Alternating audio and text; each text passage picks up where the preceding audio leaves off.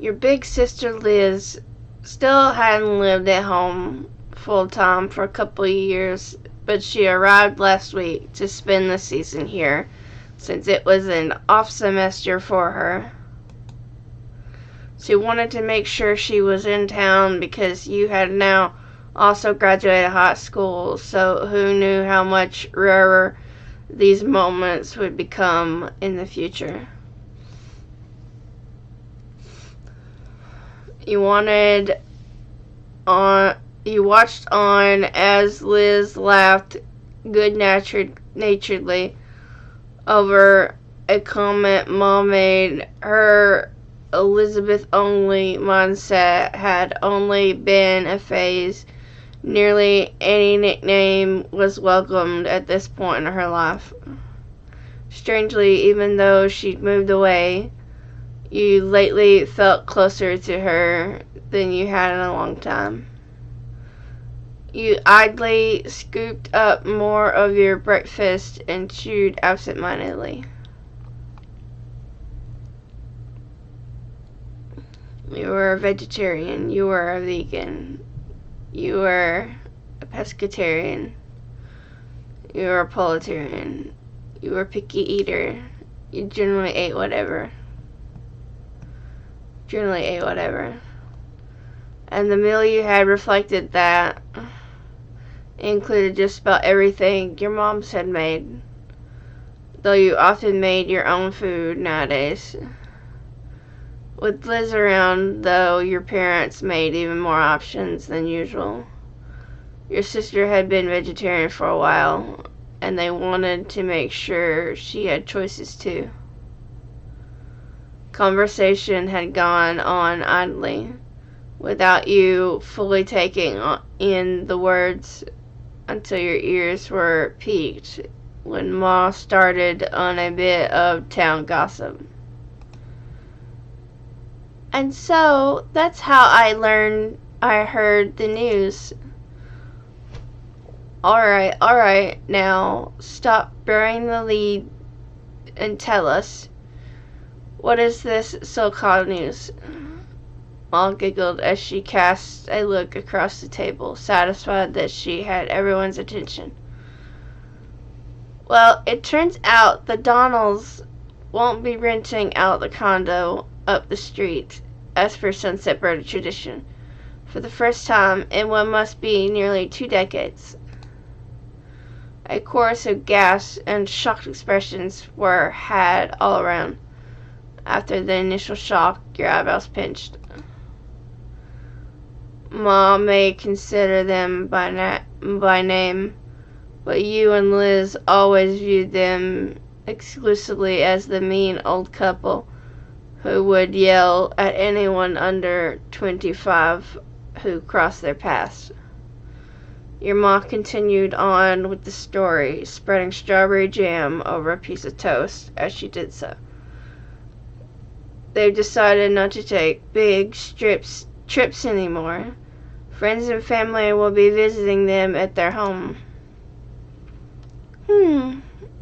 That's nice for them. Then have a good summer. Mean grandparents with no grandkids away from us. That's a relief.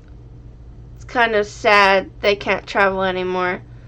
I hope they're still okay, even if they are mean. My thoughts exactly, Liz. Finally, they can piss off.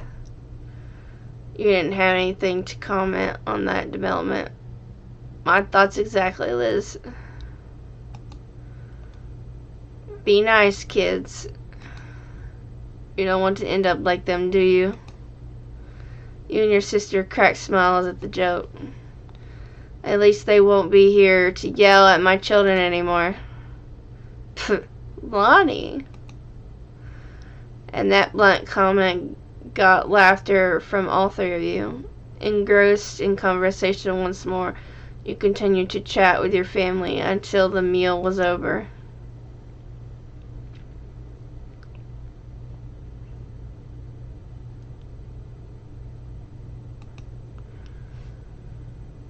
Third time's the charm, As it went, once the food was eaten, the cleanup had to be done. Liz took the role of washing the dishes and passed them to you for drying and putting away. You had a set of cups in front of you that needed to go on top shelf of the cabinet. It was effortless to do. You were very tall. The task was pretty straightforward for you. You were tall. You had to stretch, but it was doable. You were an average height. It was a struggle to get them up without a stepping stool. You were short. A stepping stool was mandatory for you. You were very short. It was a struggle to get them up without a stepping stool. You were short. That was simply your lot in life. You'd always been vertically challenged. You felt great about how things were. You hoped you might still grow more. You wished you had stopped growing earlier. You didn't think about it much. You didn't even know what to think about it. You felt great about how things were. Your height was something about yourself that you were always quite pleased with. Liz shook you out of her internal musing by starting up an impromptu conversation. She seemed to be voicing the thoughts that had been buzzing around in her own head. I have to say, going back for another semester this fall is pretty intimidating. You'd think after the first year or two I'd have a handle on things, but no. You stole a glance at her, still placing cups in the proper place. I guess it's only fair. My first round was pretty general classes, and year one of my architecture major was the basics. Now it feels serious. I have to actually know some things. The laugh she gave was flippantly airy, but the way she scrubbed at the plates held more force than necessary. I know you can handle it. I think it's really cool you want to be an architect. It does sound hard. You simply shrugged. You merely listened to her venting.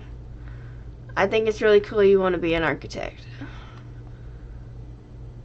Don't be too impressed yet. Wait to see if it actually happens, but thanks. Your older sister's mouth quirked into a small smile. It'll be fine, one way or another. Oh, but I'm not trying to scare you away from college, if that's even your plan. What is going on with that anyway? You've had a solid plan set for a long time. You came to a firm conclusion recently. You had kind of a general idea. You had absolutely no idea. You hadn't even let yourself think about it. It was too much. You had absolutely no idea. You answered the question as much as you were able and willing to. Liz's smile grew more reassuring as you did. You made it through 12 years of full-time education already. You've got plenty going for you. Sometimes it still felt hard to believe your public schooling experience was over in the end. You had graduated at the top of your class. You soared through with high marks. You had to work extremely hard, but you were rewarded with great grades.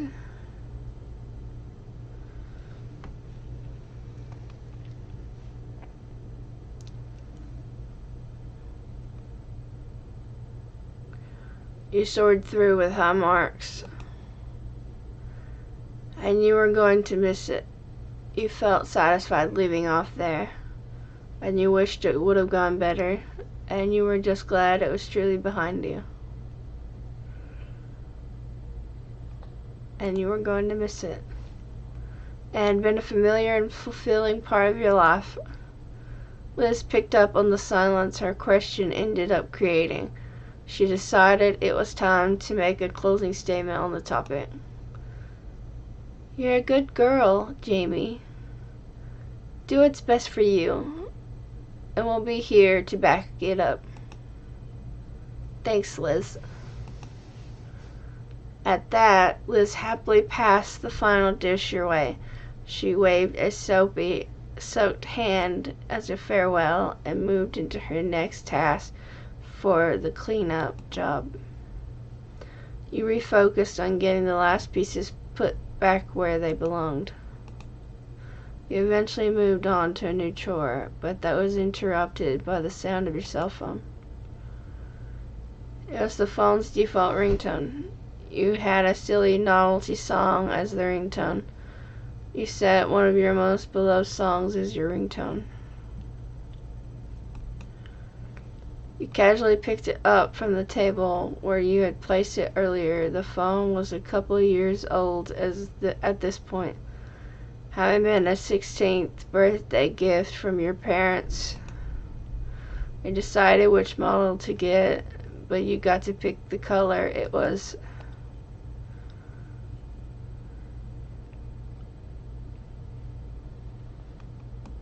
green, and it was just a phone. You didn't do anything to decorate it, and it was a special charm attached to it, which was a crystal, a small shell, a lantern based on the game Lake of Voices, a turtle keychain code bought you when you were a kid.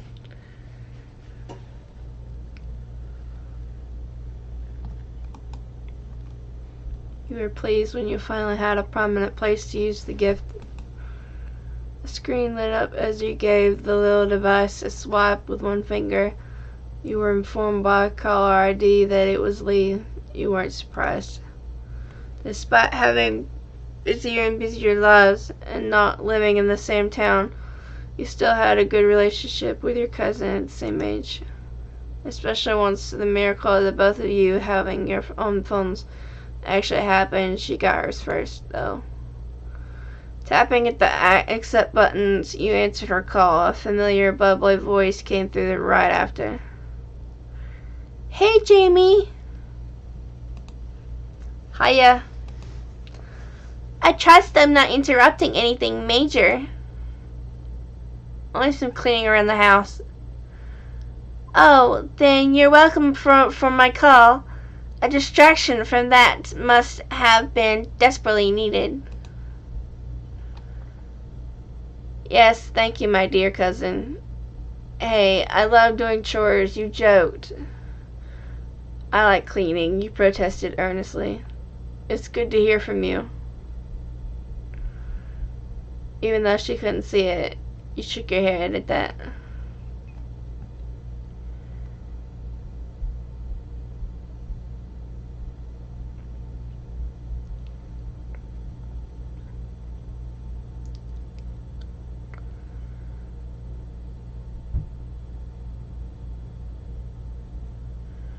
It's good to hear from you. Right? She giggled, and you could hear the jangling of the jewelry she must be wearing. Nothing amazing is happening for me either. I'm bored and felt like chatting. My morning shift ended, so I'm free for the rest of the day. Woo! That's good. You're off from your part-time job today. You hadn't started working anywhere yet, so you couldn't relate. You are off from your part-time job today. Like you, Lee had started dipping her toes into the workforce as of late. It made keeping in touch frequently even more complicated, but you both managed. What about you? It's been pretty normal. Cool. That's you then. So, how's Mr. Cove Holden doing? There was a teasing bent to her tone. She was never willing to let up on what was going on between the two of you. But that name was incredibly familiar to your ears. Cove, your next door neighbor, for the past decade at this point. But he was far more than just someone who lived on the same street. You vividly remember the summer day you expressed feelings for each other as little 13-year-olds. You started officially dating years ago.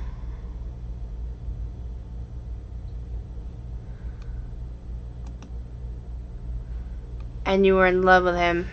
That was one thing you hadn't admitted yet. And you were in love with him, but didn't want to talk about that at this point in your life. You were in love with him, but that was one thing you hadn't admitted yet.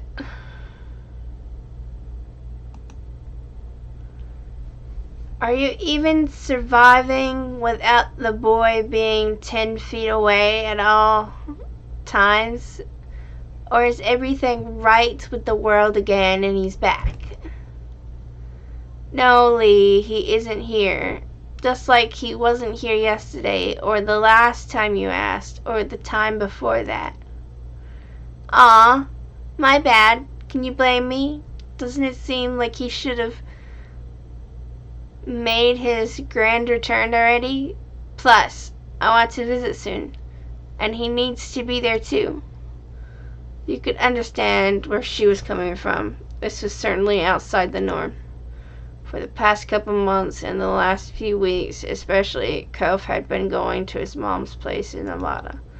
The two of you still regularly stayed in contact over text and calls, but still, your mind began to drift back in time to all the prior trips he'd taken to visit her.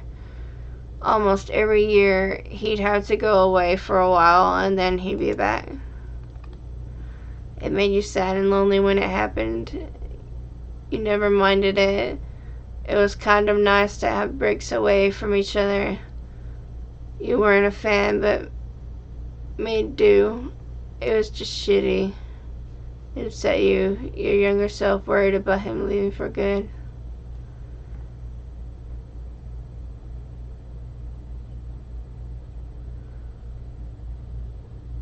It was kind of nice to have breaks away from each other. You sent him letters the entire time he was away. Your moms helped you ship out care packages to him and his mom. You gave him special treasures to take with him before he left. You kept an eye on his house for him while he wasn't there.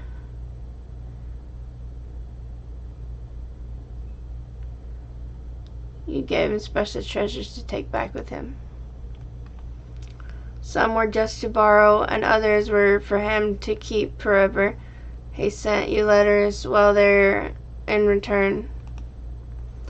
That's how it was in the past, but lately he had been trying to see her as much as he could before taking long trips to another state became too impractical to do. His part-time work could become full-time soon, or he could be moving somewhere else for school. Cove hadn't actually been entirely clear what his plans were after graduation. Cove was hesitant to speak on that, even with you. It couldn't be avoided forever, though you both knew that. Ahem. Ahem! Maybe we should switch this up to a non-Cove related topic? Sounds like a plan. The rest of the conversation rolled on. Not much longer, though. Lee had to go, and you needed to finish your responsibilities around the house. Both of you exchanged goodbyes, then you went back to what you'd been working on before the call came in. As you wrapped up the last of your chores, you were approached by Liz wearing a cheeky smile. I've got Mom's keys. Want to get out of this tiny town to do some shopping in a real city? That sounds great. Good. I'm driving. That was obvious. You didn't know how to drive. You were glad for that. You still just had a learner's permit. Even though you could drive too, it was her plan. She could do it if she wanted. It was nice of her to do that. You had a license, but tried to avoid driving when possible. It was obvious you didn't know how to drive. Go get your wallet and anything else. We're going now. With a nod, you made a quick detour to collect your stuff from your bedroom. You had money saved up from all the part-time work you've done, as well as from gifts you'd received. After making sure you both were fully prepared for the long haul to the largest city in the surrounding area, you buckled into the car. It was a smooth ride, with light conversation about what shops to stop at, and the radio blasting. Liz controlled what was played, but she made sure to pick songs she knew you liked. It was something the two of you had always done for each other. The trip there breezed by, and in what felt like no time, you had gone from cruising down the road to cruising through the mall. Liz had her interests to check out, and you yours. Your hobbies and skills were still the ones you'd developed when you were younger. You'd gotten into new things since you'd grown up.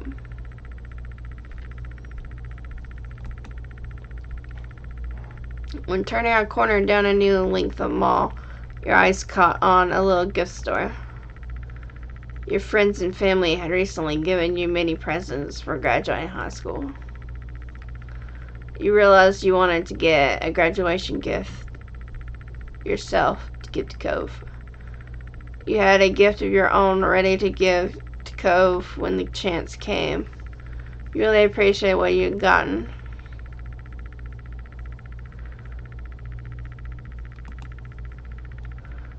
Graduation may have already come and gone, but Cove was really around then anyway.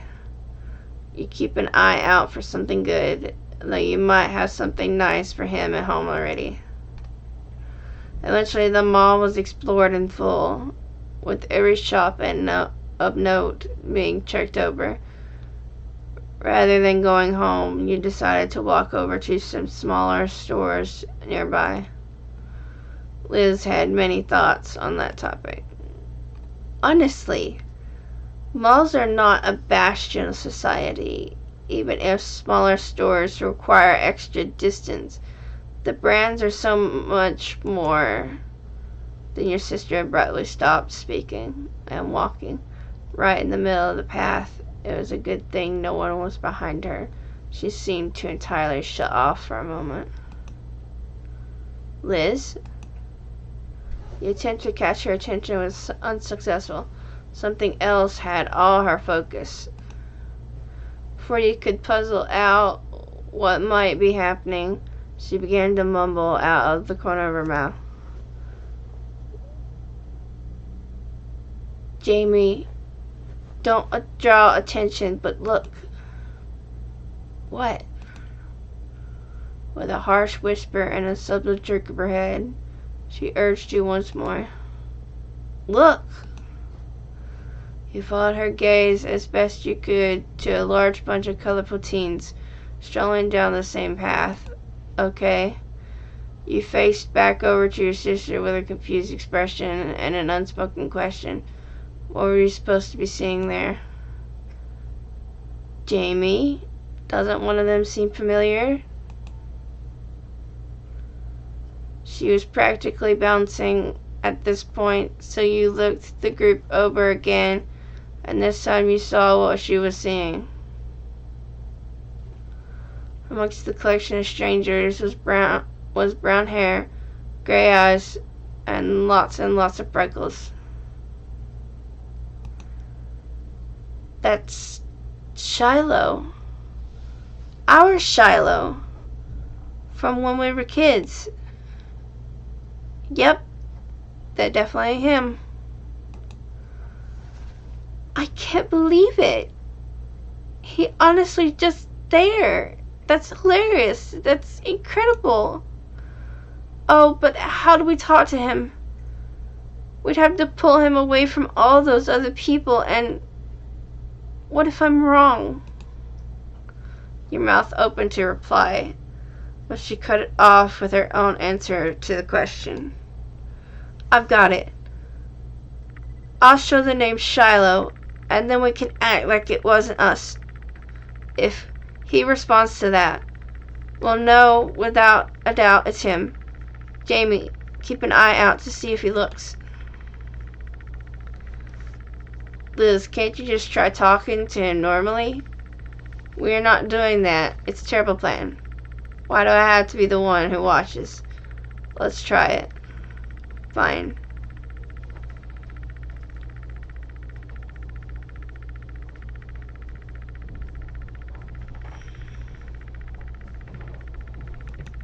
Let's try it. Likely without even hearing what you had to say, Liz put her plan into action. Shiloh! She loudly projected the word across the way and then put on an act of casualness, turning her head away from the scene while brushing at the skirt of her dress. In a supremely awkward moment, you could only stand there as attention in the area shifted to the two of you thanks to your sister's shout. But of the many startled bystanders who became altered to your presence, one of them was the boy. From a distance, his large eyes met yours. He looked. A wide grin took over Liz's face. She pushed the rim of her sun hat up and away from her face, while swishing back around to greet her old friend directly. Shiloh! Waving, she stepped a bit closer to express her intention to meet. Without really closing the gap, she wanted him to come to her. Who you presumed to be Shiloh looked surprised at the call-out. He stole a quick glance at the crowd he was with and hesitantly glanced back at your way. He was trying to double-check something. Liz remained steadfast, with her gaze trained on him, and ultimately he broke away from the rest of them.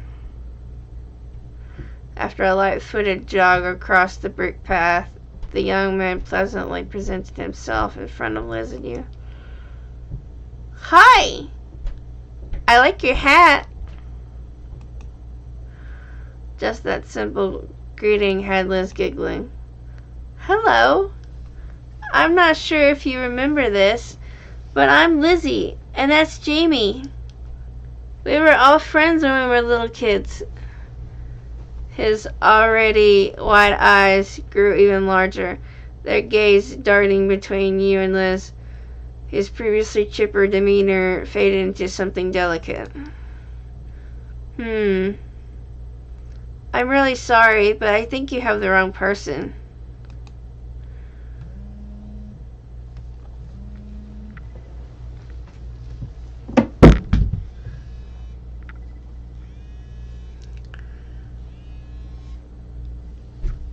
You could tell not being instantly recognized was going to make this exchange more of a challenge. Still, Liz was undeterred. It was a long time ago. You were really young. I get why you feel like that. However, I'm positive I'm right. You're exactly the same. That face, the freckles, how generally you try to phrase things. You're even still wearing a hat. Instinctively, he looked up at his headwear with creased brows, not making the connection on why the hat meant something to her. We knew each other, okay? An uneasy smile settled on him as the silence followed Liz's speech. He was picked his next words carefully, and then the quiet was obliterated by a new voice bursting into the conversation. Shiloh, what are you doing? The rest of the group already left. A field trip is not A vacation. We are on a schedule. Startled, your head snapped towards the path. A distinctly unhappy individual with piercing magenta eyes, dark brown skin, and a sharp jaw stormed your way. He carried a cloud of authority with him, despite looking like he wasn't even 18 yet. Sorry, I didn't mean to ditch.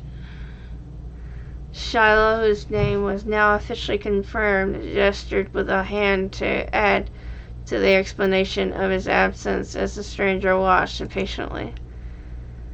They thought they recognized me as someone they knew, but it was a tiny misunderstanding.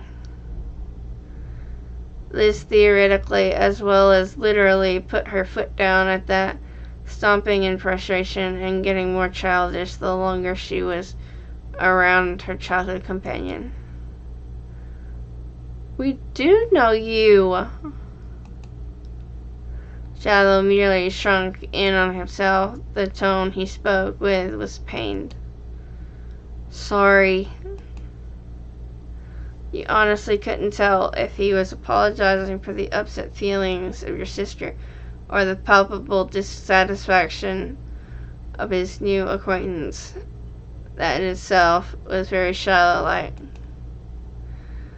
Oh, you know him? Is that it? The stranger spoke in a dismissively scoffing tone, as if the words sounded so absurd to him it was almost amusing. Almost, but the sternness of his demeanor quickly reinstated itself. Well, do you know me? I'll tell you. I'm someone who has been forced against his will to be aware of what's going on in Shiloh's ridiculous personal life for a year. If the two of you had any importance in general day-to-day existence, it would have come up by now. Don't bother trying to exaggerate any trivial connection you might have. It's not good enough. He's with us, and you'll survive without him. Now stop loitering in the road. It's rude. Excuse me? We're the rude ones?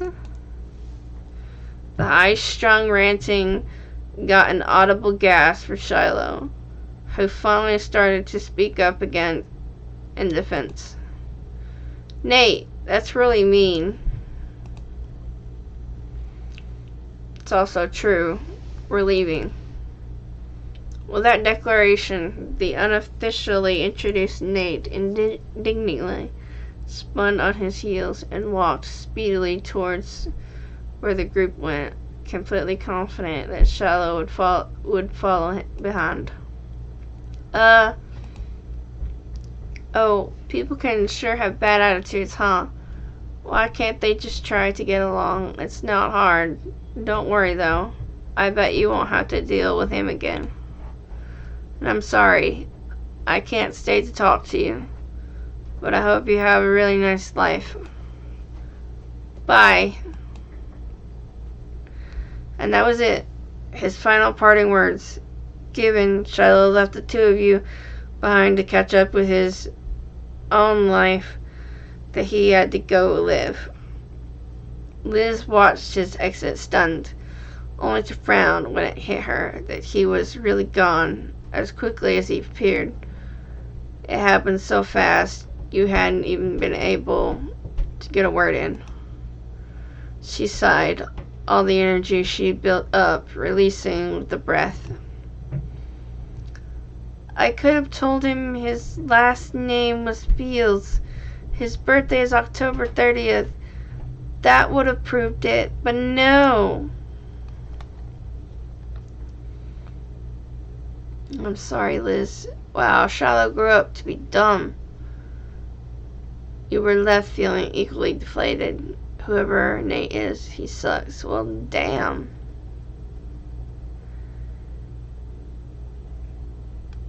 Well, damn. You had no other words for what had just unfolded. Do you want to go catch up with him? Liz merely shook her head, pushing off childish thoughts. I think we can leave it there. Thanks. He's in the middle of a high school field trip, and it was already enough being able to see him. There's something reassuring about witnessing firsthand that he's still out there, enjoying his own part of the world. Though, if given the chance, I could definitely have a few words with him about the company he's got. She laughed, but you could tell there wasn't much humor to it. She was mad at the guy, even if he was happy to let Shiloh go. Maybe they're only with each other because of the trip, and it's not usually how things are. True. We can only hope the same for him as he did for us. Have a nice life, Shiloh.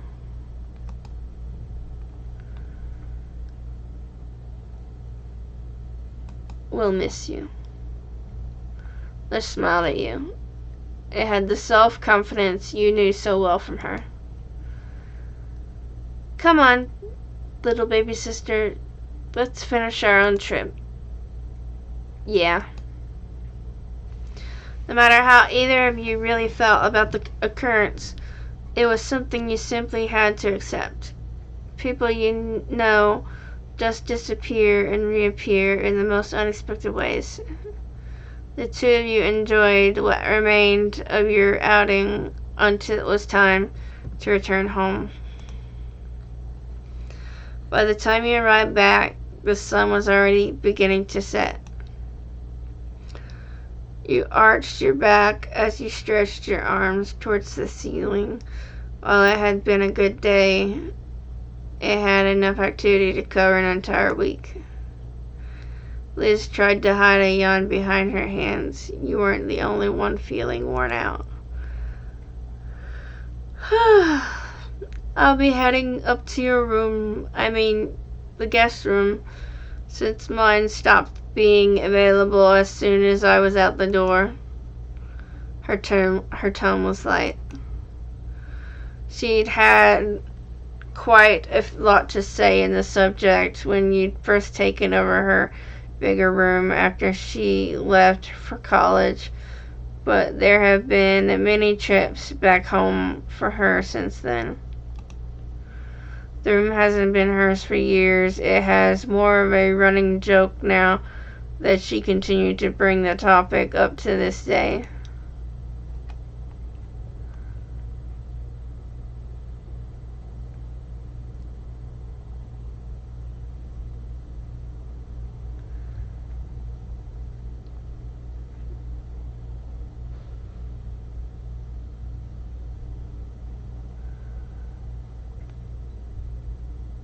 Thank you, Liz. It's a really nice room. Hey, don't actually sound appreciative. That's playing dirty. A small laugh was shared between you and your older sister. You better believe you'll be back in the guest room when you've got your own place and we're both in town for a visit. We can take turns. You'll have Thanksgiving, I'll get Christmas. Sure. Don't count on it. That's alright with me. I don't need it.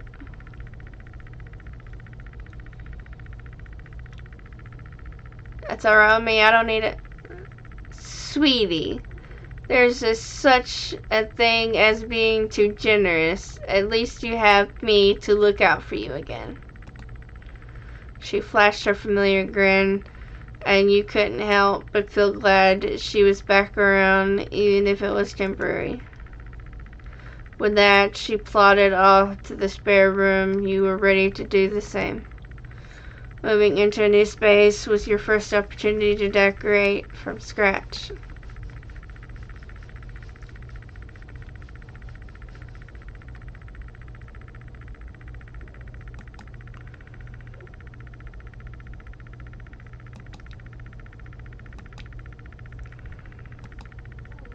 Green.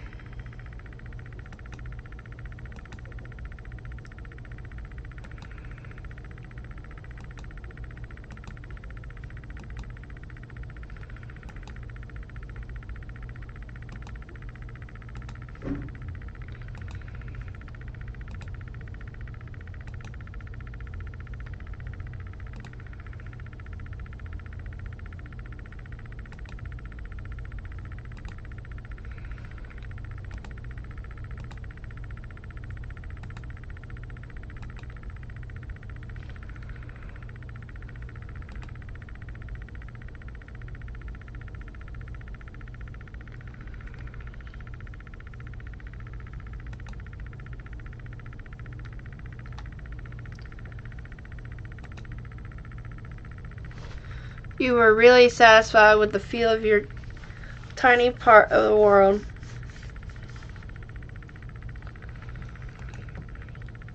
As your thoughts drifted, you tried to bite down another yawn. It was no good. Your bed was now lodged in your mind, and all you could think about was collapsing on it. You trudged up the stairs to your room. Stepping inside, you closed the door behind you, blocking the rest of the house. When you turned back around, you realized you were not alone there. Comfortably perched on the windowsill was someone very familiar to you. Cove Holden. The shock knocked all words out of you.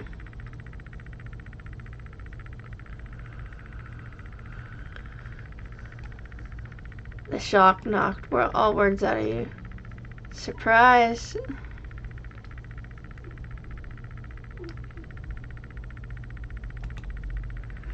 His tone was easy and relaxed. It certainly was a surprise. You hadn't expected him to be within the state. Never mind your own house. He hadn't answered how he had suddenly just appeared back in Sunset Bird, though to be fair, you'd been too astounded to actually ask the question. Thankfully, Cove took the hint from your stunned expression and began to explain.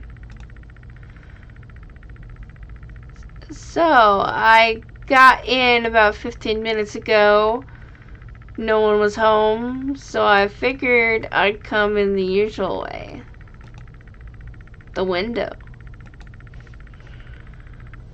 A small smile had formed on his face. You were still staring at him, unable to blink in case he disappeared. You could still barely believe that he was really there, mere feet away from you. I left my bags in your backyard. I hope that's alright. That was when you truly understood. Cove had come straight to you upon getting back to town. You were his first port of call, taking precedence above all else. Even though you hadn't been in when he called, Cove had ensured that he'd see you at the earliest opportunity, rather than allowing his plans to change. You laughed. The realization made you bashful. You shook your head at his antics. You stayed frozen, the shock yet to melt away. You walked over to join him. You ran to Cove. Every second away from him was a moment too long. As you approached, Cove quickly hopped from the windowsill to meet you. You're too crazy. I'm so glad you're here. I missed you. Trouble's back in town. I can't believe my eyes. It's the most amazing man in the world. You didn't need to say anything.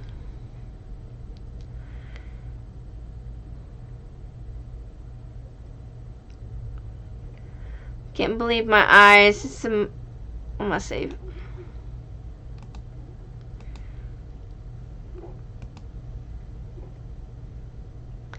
Can't believe my eyes. It's the most amazing man in the world.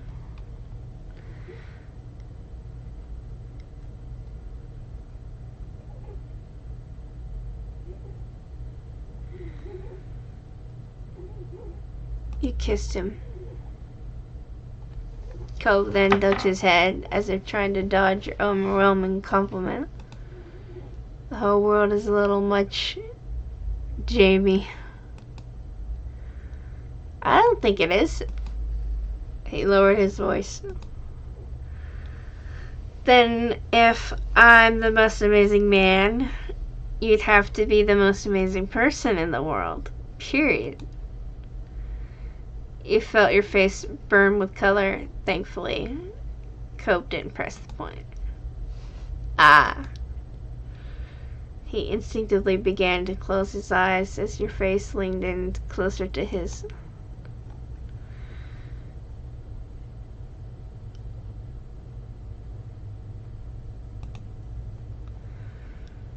He met you part way, and the two of you shared a gentle greeting kiss.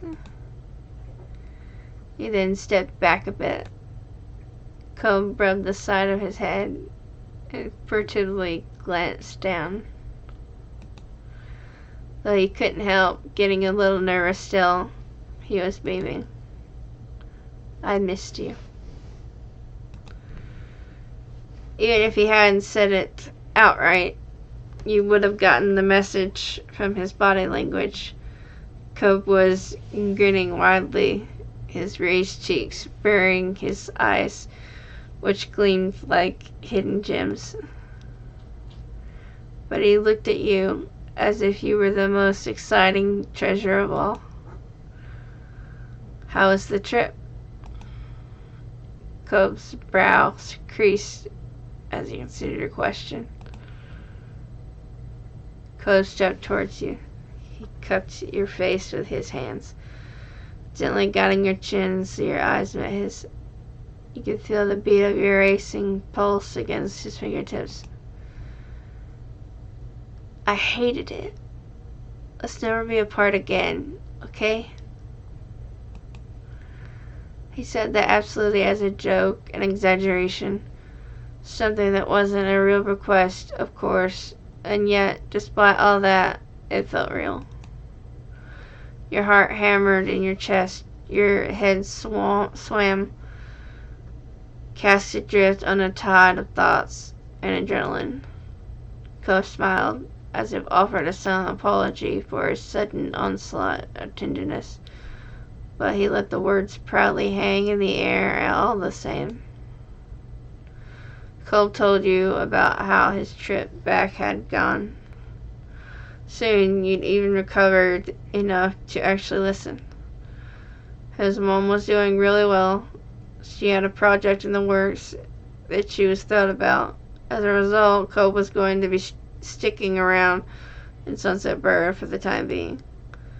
Things were settled as much as they ever could be. With Cobb back once more, you felt at ease.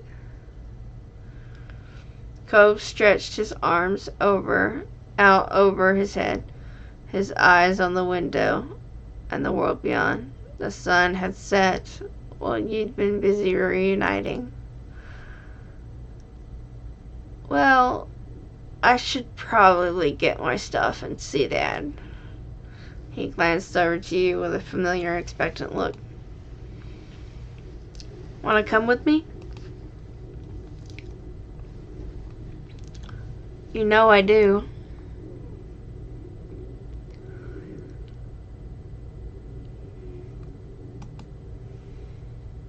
Cool.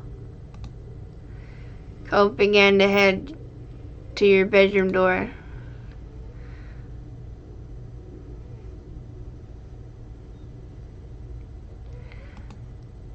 You followed after him. The two of you casually went down to the ground floor out of your house. And all the excitement of Cobb's return, you hadn't even remembered the gift you prepared for when he got back.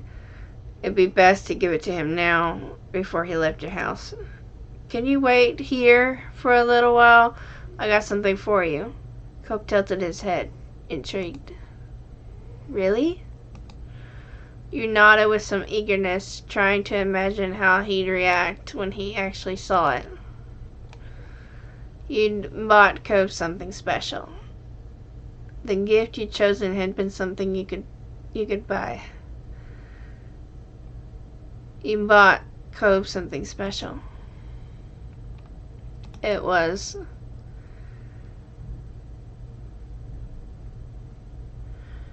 a dolphin-shaped balloon, a fruit bouquet, a new fish for his aquarium, an anklet for you to model for him.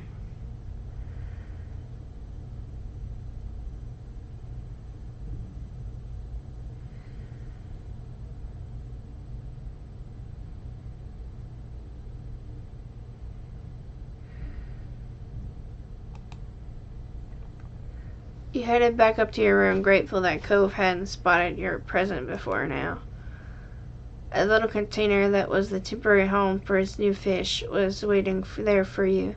Just as you left it, very carefully you cradled it in your arms to make the journey downstairs. You slowly descended the stairs, adjusting your grasp when you reached the ground floor so you could hold it out before you for Cope to admire. Cope gasped, placing a hand over his mouth, and bent down to watch the fish more closely. You could see his expression through the clear container, his eyes wide and adoring. You let Cope take his time, admiring the fish in silence. A few moments later, after he'd taken his fill, he looked up at you with a joyful grin. She'll fit in perfectly with my tank. She looks great. He took the container from you, securing the base first and cautiously lifting it from your hands before resting it beside him on the counter. He brushed his fingers lightly against the top of the container, the closest he could get to petting his new companion, then turning back to you. Cole turned to look at the fish. You thought he was just admiring her again, but as the moment stretched out, you wondered if it was something more. Though his face was angled away from you, you caught his eyelashes fluttering as it batted away tears. His throat bobbed as he swallowed bubbling emotions. You knew that Cope could be sentimental. The gift and all the memories and feelings tied up in it seemed to have taken a toll on him. When he began to sniffle, you felt the need to reach out. Cove? I can't. Jamie, I don't know what to do. He forcefully scrubbed at his eyes like he was trying to push the tears that threatened to spill back in. Oh, Cove, it's okay. Do you need to cry? No. Nevertheless, tears had begun to spill down his cheeks. Even as he wiped them away, more took their place. Thank you. His voice quivered as he spoke. Cope reached out. You gladly stepped forward to meet him. He laid his warm hands against your cheeks and brought his lips to you. You kissed Cope until the need for air finally won out. Head spinning, you were glad to secure your Cope's hands. Even after your lips had parted, Cope remained close, his hands still framing your face. You're welcome.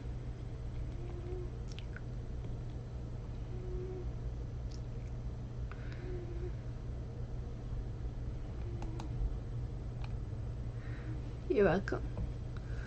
Cope let out a steady breath. It was far removed from the shaky gasp that had accompanied his sniffles. The tears had dried. His eyes were a little red, but open and at peace once again. He smiled, fully recovered from the emotion that had overcome him. You're really, seriously too nice to me.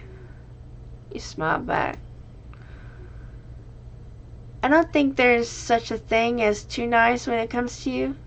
Cope brushed his hand against the pale ghost of a scar on his arm. He was at a loss for what to do now. The clock ticked away.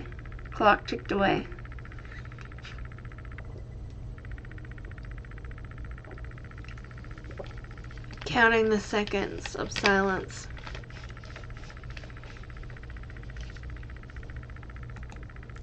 Once you had a chance to settle your thoughts, you figured you'd tell Cope the intriguing news. I meant to tell you earlier, I saw Shiloh today. Shiloh? Cope repeated the name, his expression blank. From when we were kids. Cope pondered for a moment, then snapped his fingers. Oh, he was the freckly boy from that first summer, right? The one who moved? I met a guy named Shiloh. He looked just like the Shiloh we knew, plus however many years. But he didn't remember me and just left. Cobb frowned.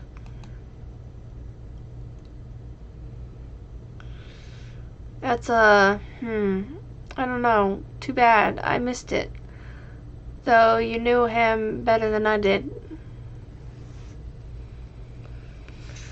That was definitely true. Not only had Cobb known Shiloh for a shorter period of time, but he and Shiloh had never quite gotten along. Not that they were enemies either, just kids who were only ever together because of other people they both knew. I wonder what Shiloh's up to these days. I don't have any idea. He didn't say much. Oh, well. That was everything you had on that news item, so you moved on to the next big update. Also, you know the mean old neighbors? The ones who would always yell at us? He cringed, recalling those particular memories of back in the day was not pleasant, even for someone as nostalgic as him. Yeah. They're not coming. They didn't rent the condo this summer. Coe's jaw dropped. You didn't blame him. The elderly couple had been an institution for as far back as you could remember, long predating Cope's arrival. Even now, as a teenager, you found your neck pricking as you walked by their condo, half expecting a scolding for breathing the wrong way in the vicinity of their vacation home. It was strange to think of that coming to an end. Wow. Cope blinked, clearly struggling with the idea in the same way you had. I didn't see that coming. People being gone, people coming back. It feels like I've missed a lot. This has been a busy summer already. Well, you haven't missed the fireflies. They haven't shown up yet. Well, that's something. And we'd better not get left behind. There's still stuff to do.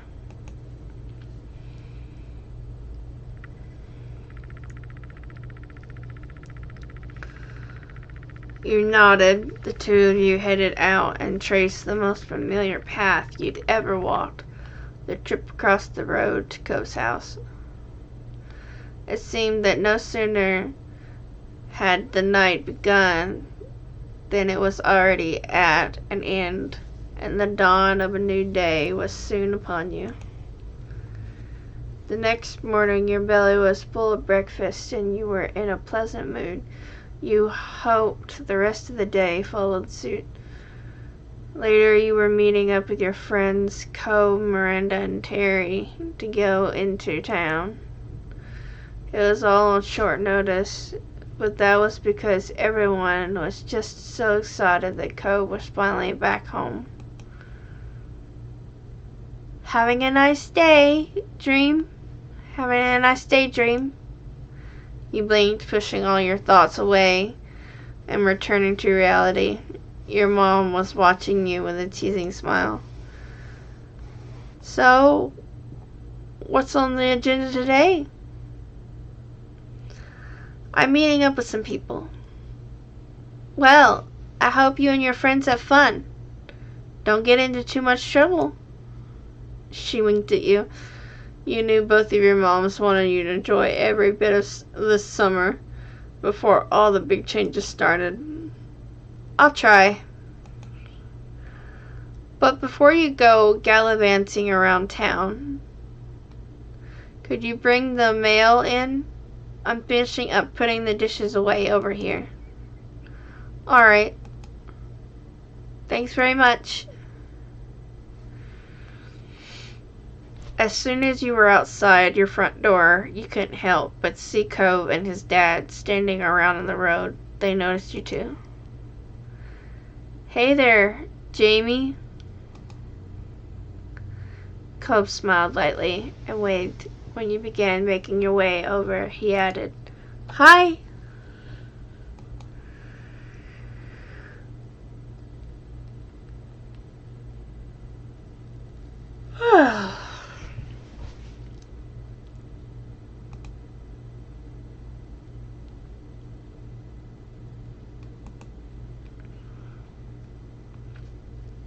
It was a sweet peck, something that had become a familiar greeting between you both. But as you lowered from your tiptoes, you still caught the blush on his skin. You noticed Mr. Holden was taking in the scene of you and Cove with a self-satisfied smile. Cove followed your line of sight and shot his dad an unimpressed look. For a moment, Mr. Holden seemed like he had a thought dancing on the tip of his tongue, but he decided to keep it to himself. So, what are you up to today? As far as I know, nothing too much. Me and Cove are meeting some friends and town leader. Sounds like a plan to me. Yawning, Mr. Holden stretched his arms over his head. My boy and I have just been waiting around to see what the new neighbors are like. It was definitely his idea. I don't know how you're not interested in this. It's big news. Besides, it'd only be polite to greet the new folks in town.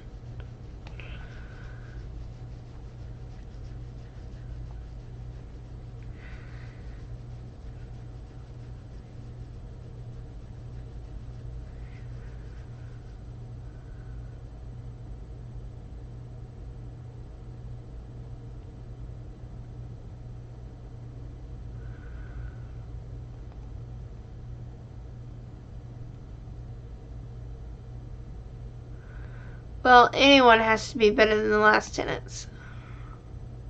I don't know. That house could be cursed, and we could keep getting ones that are progressively worse. He cracked a cheeky grin at his own joke. You could tell Mr. Holden was looking at the empty house, thinking about the nightmare that was the last tenants. He chuckled, turning to Cove. Bud, that'd be horrible. Knock on wood. Mr. Holden took one more glance at the currently vacant building and sighed dramatically when he turned back to you and Cove. His whole body seemed deflated. There's no sign of them, and I still need to head over to work soon. Cove gave his dad a few reassuring pats on the back. Okay, I promise to keep an eye out. I can text you if anything happens. Really? Yeah, of course. Well, I mean, only until I have to meet up with Terry and Miranda. Would that still work? With a wide grin breaking out on his face, Mr. Holden looked absolutely thrilled to have his nosiness enabled. That works. He moved to firmly place both hands over Cove's shoulders, fixing his child with a firm stare. Son, you are my true ally in this world. Mr. Holden stood up straighter, letting Cove go. He looked reinvigorated. Okay, with that settled, I'll go make some money. That's always been the one thing I do best. Mr. Holden headed off to the garage with a big wave goodbye. Cove smiled the whole time you both watched his dad leave. You really liked Mr. Holden. Mr. Holden was one of your favorite people. Cove's dad was kind of a bother. You had mixed feelings on Mr. Holden. Mr. Holden was one of your favorite people.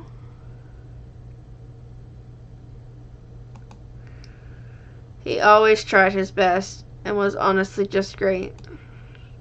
As soon as he was out of sight, Cove sighed lightly. Are you okay? Yeah. Just not looking forward to waiting. Guess I'll be hanging around the street a while.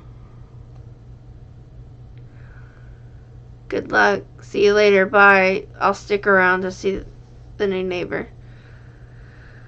I can wait with you. Why don't I stay to see the new neighbor and keep you company? I can wait with you. You wouldn't abandon Cove there to wither on the road out of boredom. Really? Of course. I like keeping you company, remember? He stared at you a moment, smiling softly and thinking about his response. I like that too. Cove put his hands on your shoulders. His thumbs absent-mindedly moved in a shooting circle. The look in his eyes was much firmer. He was serious. Jamie, you're my true ally in this world. That got a fair amount of chuckles from you. He grinned, the stoicism fading into an amusement. I knew you'd stay for me.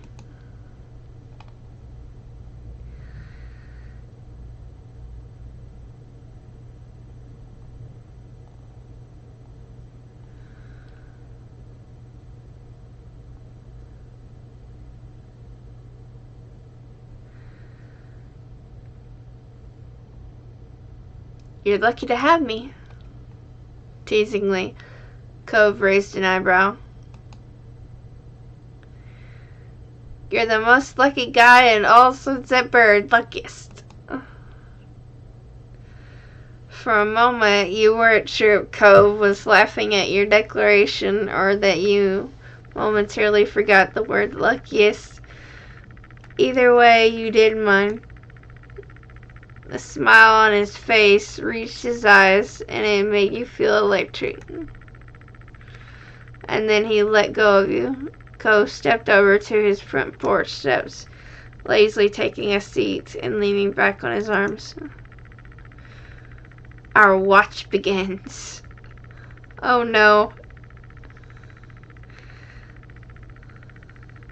Are they crows? Game of Thrones. Nodding in agreement, you joined Cove on the front porch steps. You both sat there in comfortable familiarity as you settled in for the waiting game on the new tenants. The neighborhood was quiet, and you sighed contentedly, closing your eyes and feeling the light breeze. Eventually, you both perked up at the sound of a car. A taxi followed the noise, turning onto your street.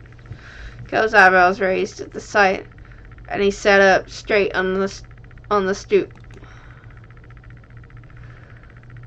This has to be them, right?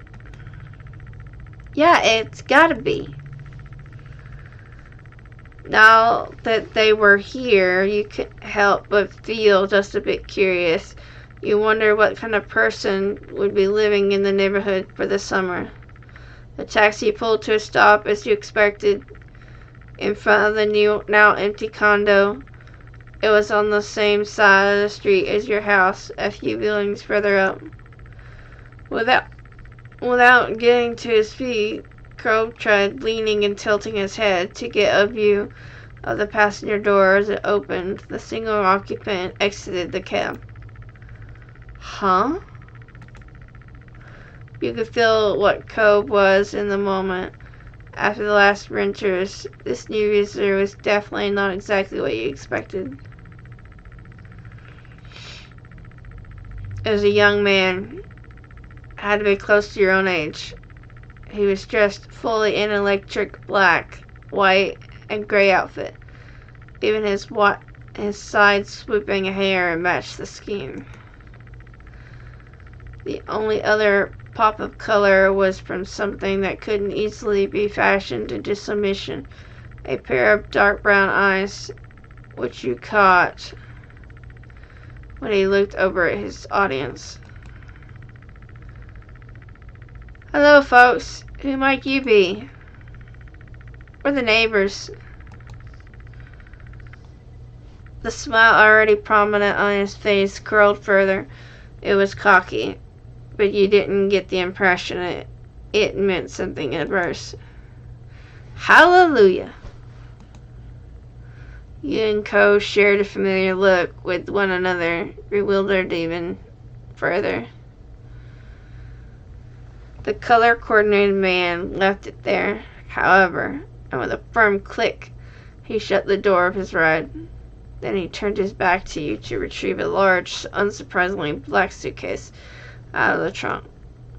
Continuing on with his own business, he strolled forward and lightly tapped on the driver's side of the window with his knuckles, asking for them to roll it down. When it opened, he leaned down and rested his arm on the edge. You assumed he was thanking the driver for getting him there, considering he slipped them a tip during the brief chat. They shook hands, and then he pushed himself up and away from the taxi, with both arms giving the driver room to lead. The taxi pulled away, rolling carefully down the road and out of sight around a corner. The new renter had officially arrived. He left his suitcase on the ground, out of the way of the street, and sauntered over your way with the confidence of someone who had been invited to join. Cole finally stood up to greet this person. You followed suit. I'm Baxter Ward. It's excellent to meet you, neighbors. You were standing on the side he was approaching from. When Baxter got close enough, he offered his hand to you first. You shook it. You offered to low-five him. You held your arms open to offer a hug instead. You kept your distance. You shook it. Baxter gripped your hand firmly to give a satisfying shake. Hi, Baxter. I'm Jamie. Hey, Jamie. I'm quite keen on getting to know you better this summer. We could be good friends. From your other side, Cove made a sudden sputtering noise. And you are? He lifted his hand out to Cove next. Cove instead crossed his arms to express his rejection of that idea, still eyeing Baxter carefully. I'm Cove. Baxter's whole demeanor lit up for unknown reasons. His eyes shone as he studied Cove a moment. Now wait, is that a nickname or your real name? It's just my name. Cove spoke mildly, having given that explanation many times in the past, but it clearly charmed Baxter all the same. He tossed his head to one side with a laugh. Your parents knew exactly what they were doing. I can't imagine a more fitting name for the face I'm seeing. Cove, that's gorgeous. It's really not.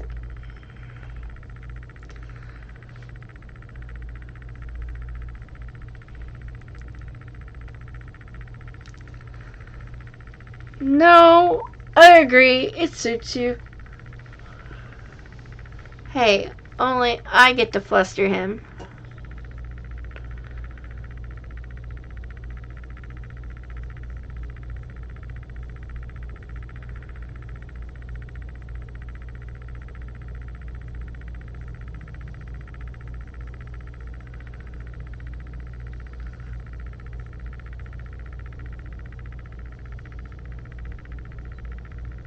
Hey, only I get to fluster him.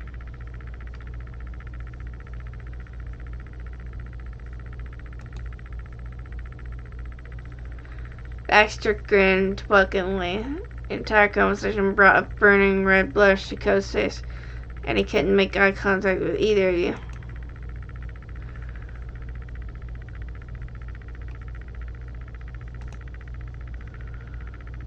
I'm sorry.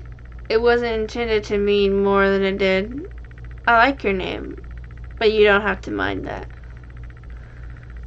I'm patently against stepping on anyone's toes. He chuckled to himself. It seemed like there was some extra meaning hidden there in his words. And you noticed the cove raised an eyebrow, picking up on that too. Baxter didn't even open his eyes to your faces to know he had some feeling to do.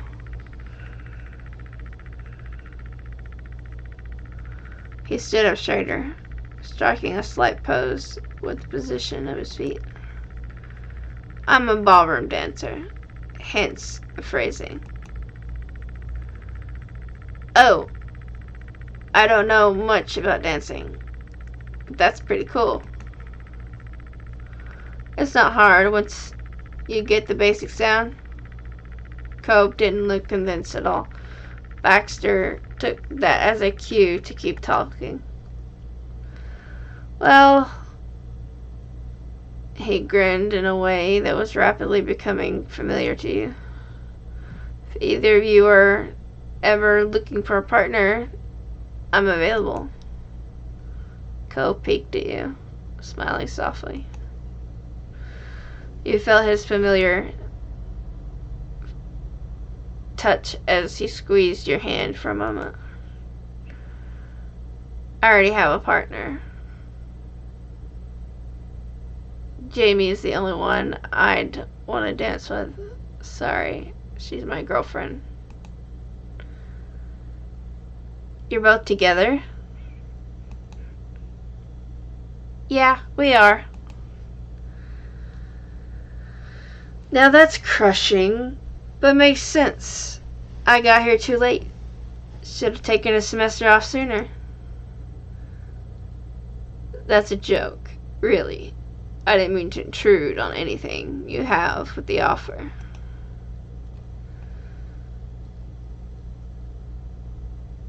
I'd rather not.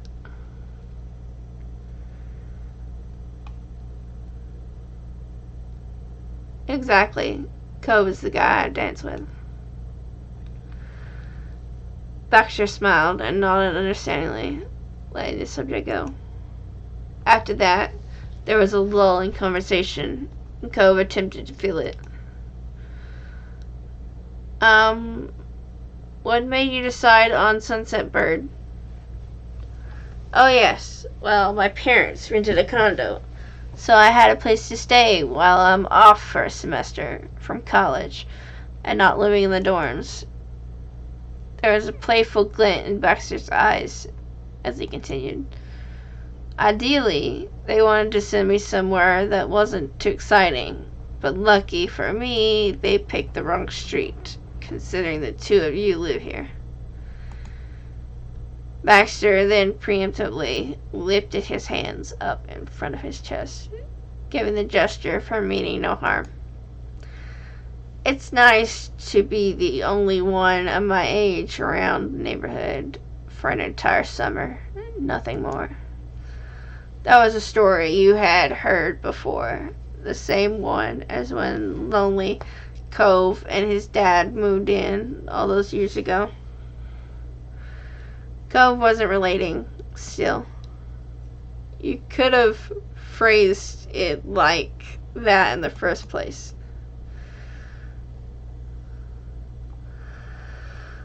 I don't feel the need to keep words of praise to myself, but they're not romantic come-ons. I see that you two are very much a committed pair. I'd like to be friends, if we can, but that's all.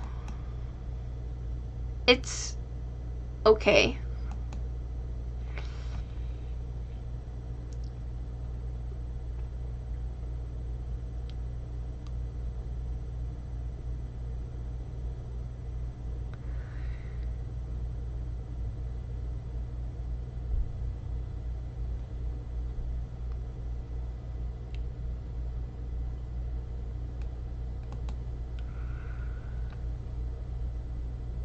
Glad we're working things out.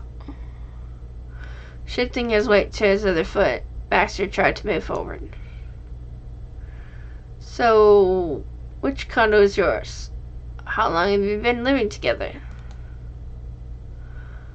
Oh, no, Cove sputtered again, and unintentionally a laugh escaped you. We're both your neighbors, but we live in different houses with our parents. As if second nature, the two of you pointed to your homes, the buildings directly across the street from each other. Baxter's eyebrows raised at that. Your neighbors who started dating. What a couple of lovebirds. You're the backbone of romantic society. Honestly, I hope you never break up. If you can make it work, there might be a chance for the rest of us. You knew Cove well enough to tell there was a little bit of amusement in his expression, but he sighed in exasperation. After that, you had no doubts about his claims of being complimentary. You were really starting to get a kick out of it. Well, if either of you are free, I'd be thrilled to hang out this summer. But we can save the scheduled talk for later. I should get my things inside. He gave a small nod of the head and flashed you both a dazzling smile. Goodbye, for now. Cove simply waved goodbye. Bye, Baxter. See you.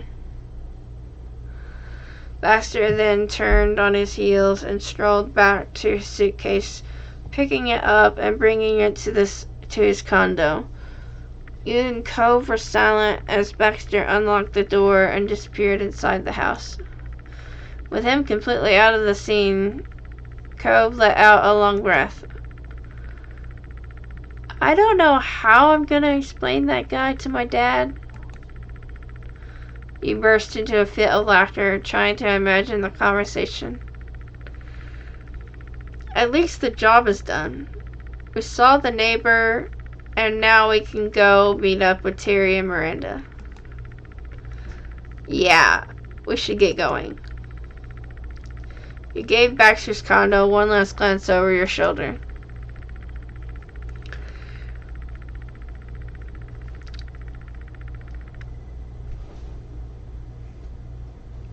You were not interested in him. You weren't sure how to feel. You thought he gave a pretty bad first impression. You decided he definitely wasn't someone you liked. You were not interested in him. It seemed like Baxter was trying, but you couldn't imagine making time for him.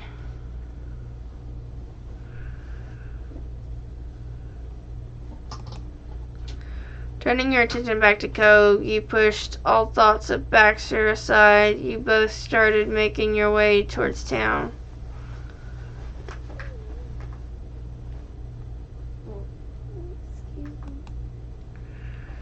You slid your palm into his and Cove laced his fingers with yours. His expression instantly became happier, and he lightly squeezed your hand. A little while later, you and Cove reached the main street in town. All of a sudden, you stopped walking. What's wrong? I think I heard my phone. You dug your cell phone out and looked at it with a satisfied grin. There was a new message. Before you could read it, you were distracted by a small, amused noise from Cove. His head was slightly tilted to the side as he carefully looked at your old keychain. I can't believe you still have it.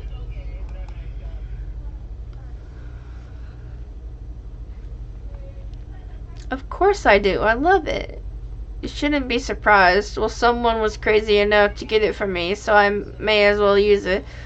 You shrugged. You quietly blushed at him, pointing it out.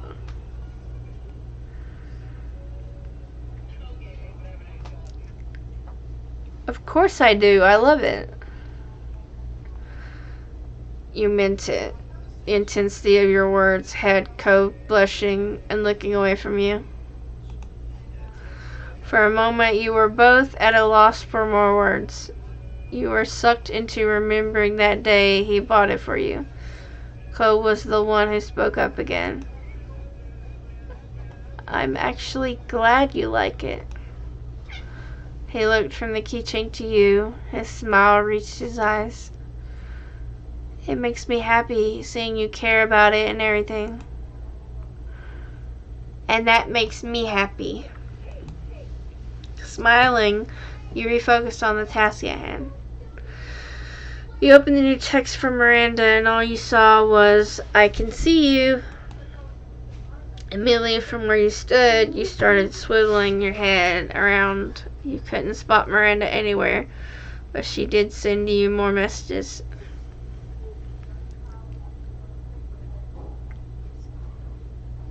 Saw you holding Cove's hand, scandalous.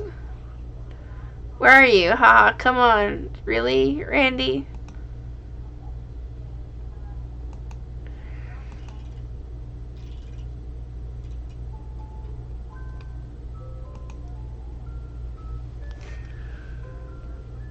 Messages sent, and you were back to looking around, scanning for any sign of movement and familiar faces, but they were still invisible.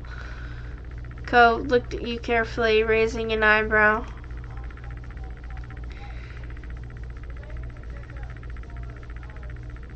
Beside the ridiculousness, you burst into laughter at her antics. You sent her your own joking text.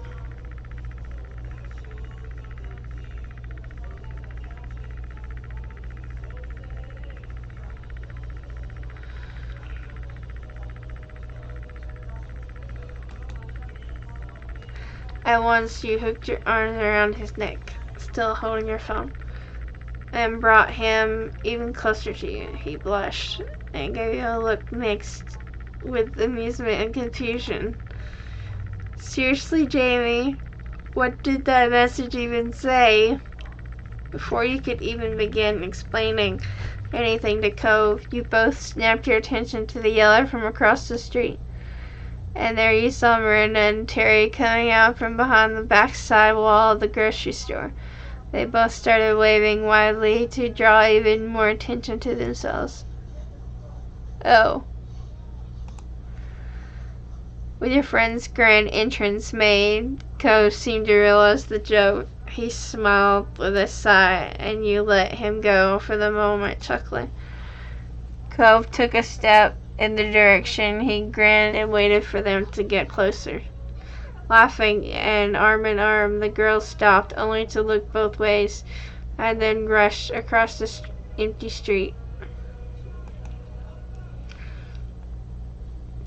Hi! I hope you weren't waiting too long. Hey, buddies! Hi.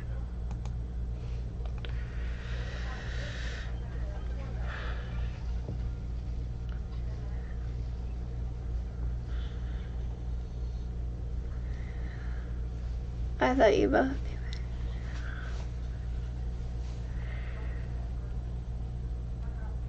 it. Hey, I'm so happy to see you too.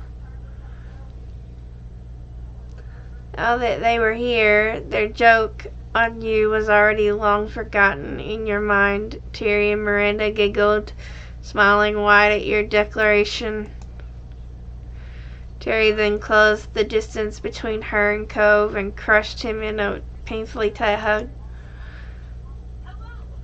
You're finally here! It's been so long. What took you?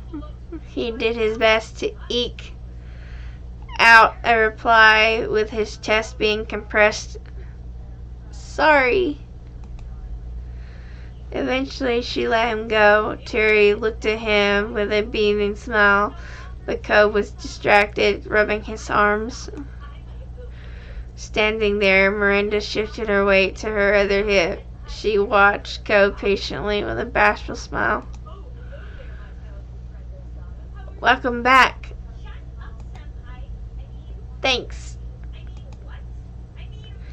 It finally felt official. Everyone was together in one place. From here, you weren't sure how often you would have another afternoon like this again. They didn't either. Cove. Terry poked Cove square in the chest. You're gonna have to get me your schedule by this time yesterday. Not really possible, Terry, but I can say as soon as I know. So far, work hasn't said anything, but I can tell you I'm busy with Orca activities. When Cove wasn't at his part-time job or pursuing his athletic and academic interests, he volunteered for the Ocean Restoration California Affiliation, ORCA. The group focused on cleaning up beaches and removing pollution from the ocean. Cove always loved the sea. It didn't surprise you one bit when he started getting involved with them.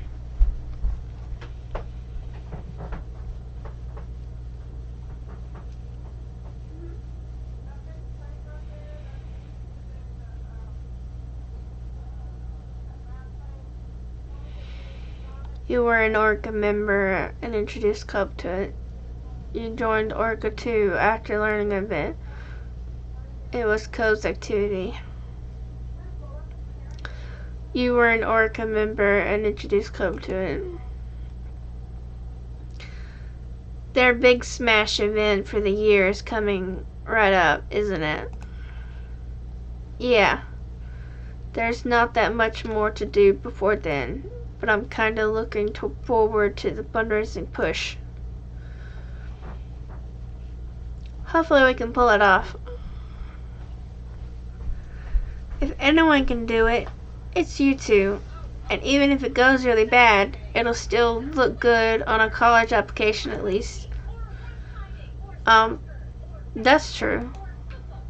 Hey, guess what else? We don't have to stand here to say stuff. Let's go. I would like a meal now. Perking up, Cove nodded in agreement. Yeah, for sure. The four of you headed into town, happily chatting the whole way. The only decision left to make was where exactly to stop and eat. The rest of the afternoon and evening passed by in the blink of an eye. When Knott felt it was time to head home, and you parted ways with Miranda and Terry. You and Cove reached your neighborhood without event. It was late enough that your out-of-the-way street was dark silent. You were walking tiredly after such a long day. You strolled with a skip in your step. Cove was giving you a piggyback ride home. It was a long day out and about. You appreciated that you could rely on him to make things more comfortable for you. You tightened your grip on Cove and turned your head over so slightly, peering at his face. Out of the corner of your eyes, you wonder why he felt so distant to you. It was out of character. For a while, Cove silently stared ahead and left you alone with your own thoughts. It surprised you when you did hear his voice. All of a sudden, he still wouldn't look at you. Feels weird coming back to the neighborhood and trying to get into things like they're the same. And they're not. They've changed. They're still changing. Your mouth felt uncomfortably dry all of a sudden. It was true. The things that kept the people you knew together were starting to disappear. Each person had to make their own priorities and their own path now that it wasn't set for them. You thought about your own immediate future. If you had to choose in the very moment you wanted,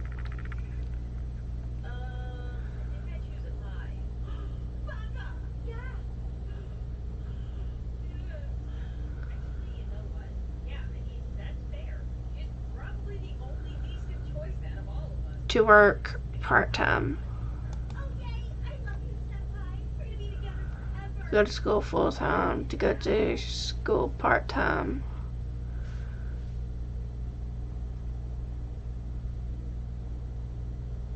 To focus on time that's not school or work.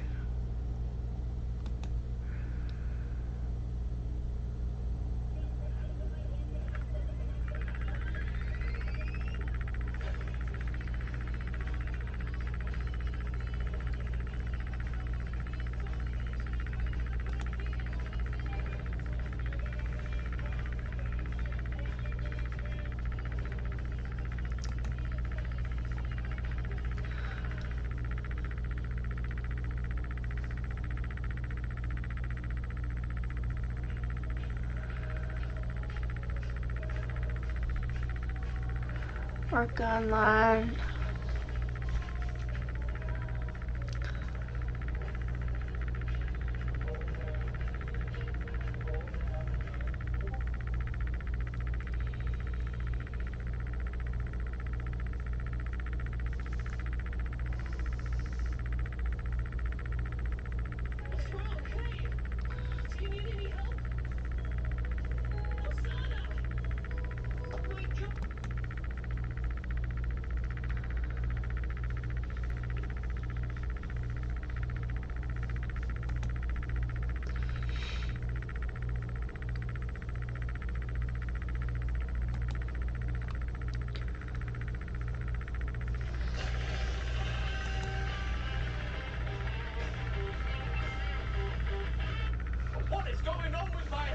For yourself, you wanted to work on self-improvement on your own.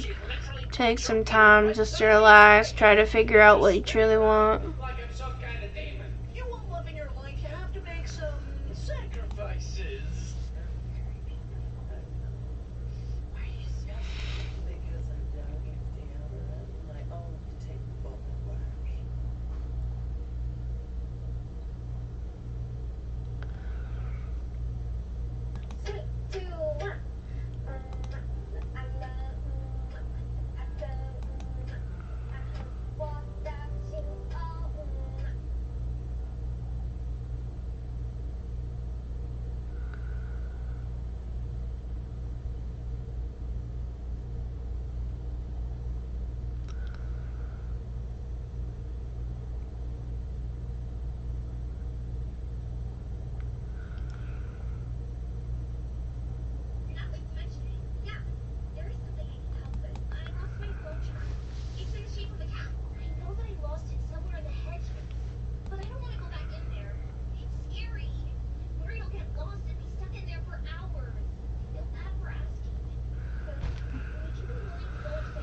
You'd already applied to jobs.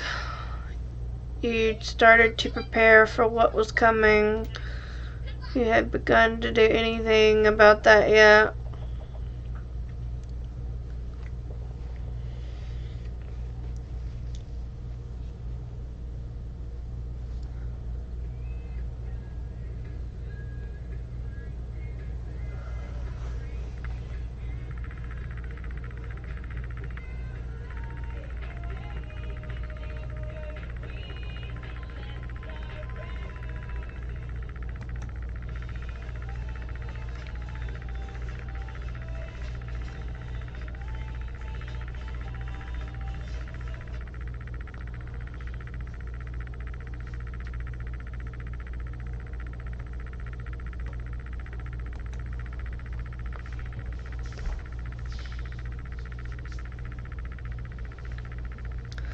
And now you wondered what Cove had in mind. You'd heard him consider some things for his future, but it was never anything that would have counted as a real plan.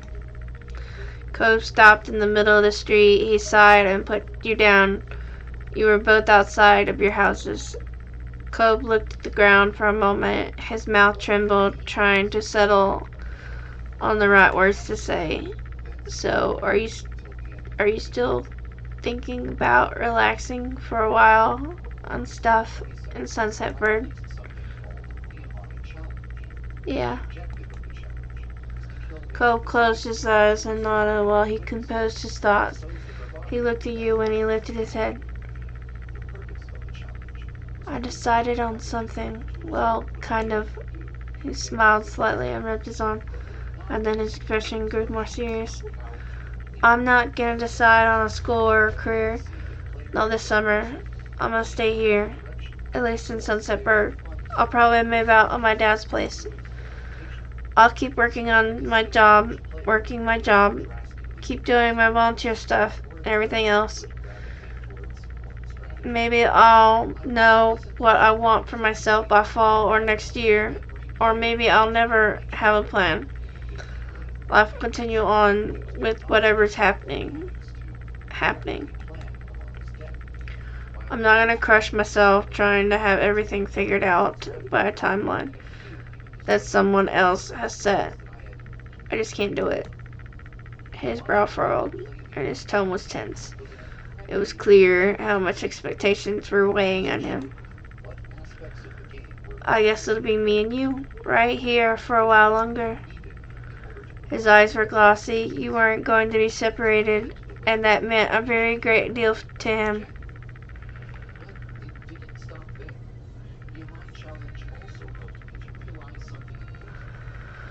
Your plan sounds very you. You nodded understandingly. You were glad that the two of you would be in Sunset Bird together. Somehow, I'm not surprised things turned out like this. You weren't sure how to react. You nodded understandingly. Cove sighed. He looked relieved that you understood. I'll see you tomorrow, Jamie. I'll see you. Night. He pulled you into an unexpected hug. It knocked the breath out of you, yet couldn't have been a more reassuring feeling. You returned him his embrace and stayed that way for as long as you could. Night. He finally let go, giving you another smile. The cove started walking away, but you remained there, frozen in the middle of the street. You watched him and wondered how many more times will he be able to say that he'll see you tomorrow. You hoped for countless more times. Finally, you turned towards your house. You vowed to yourself that you would make the most out of every moment you had this summer.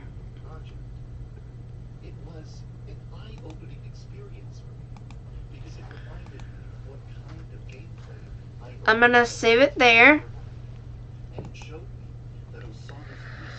And that does it for episode 12.